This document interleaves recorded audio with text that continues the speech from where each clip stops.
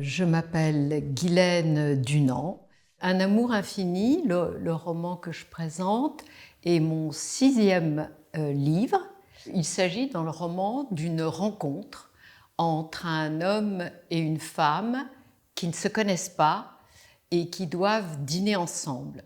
L'un vit aux États-Unis, il a dû partir au moment de la guerre, fuir la guerre. C'est un scientifique, elle est française, mère de famille. Elle vient de faire son premier voyage avec son mari Pierre au Maroc et maintenant ils arrivent sur l'île de Tenerife. Ils vont parler à travers 3 repas, 2 jours d'exploration de l'île. Cette île de Tenerife a cette particularité d'avoir une végétation, une histoire géologique absolument extraordinaire, faite d'anciens volcans et d'une forêt primaire. Il y en a très peu dans le monde au nord de l'île. La nécessité de s'ouvrir à ce paysage était déjà une façon d'entraîner chez l'un et l'autre une métamorphose possible. Et donc il y a un chemin entre passer à travers des paysages inouïs à découvrir et s'ouvrir à l'histoire très particulière de l'autre, et notamment comme l'un et l'autre ont traversé la guerre, parce qu'ils en parleront ensemble, et aussi on aura leurs souvenirs. Qu'est-ce que reviennent pour l'un et l'autre ces périodes fondamentales et qui les ont fait l'un et l'autre.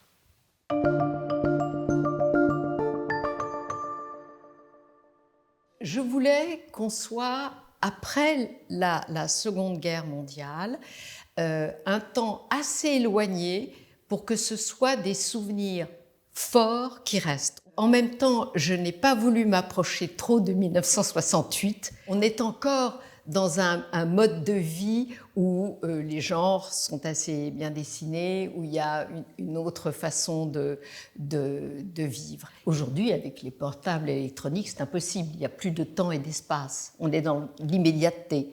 Moi, j'ai voulu montrer l'importance, la nécessité du temps pour s'ouvrir à l'autre, le découvrir, le rencontrer, même si c'est 3 jours.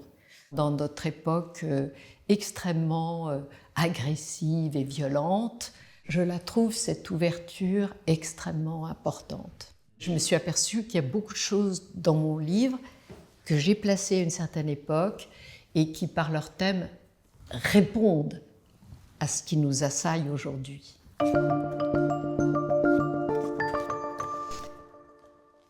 Elle se réveille sans s'étonner de se trouver seule. Elle a dormi d'une traite. En s'aspergeant le visage d'eau fraîche, elle pense à ses filles, aux 2 petites, qu'elle a du mal à amener au lavabo, encore plus en vacances. Elles sont loin. Ce qui se passe ici n'a pas de lien avec elles. Louise pense à elles, mais elles sont dans un autre monde. Elle est seule. Elle sent que sa vie lui appartient et c'est étrange à penser.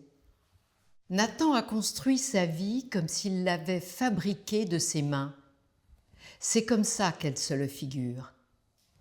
Alors que ce sont des événements qui l'ont poussée à émigrer, elle le sait, à changer de vie, à s'adapter à un autre monde, à quitter une science qui était son domaine pour une autre. Sa façon d'avoir agi en fonction de l'état du monde a impressionné Louise. Elle admire Nathan. Lui ne tire aucun orgueil du trajet de sa vie.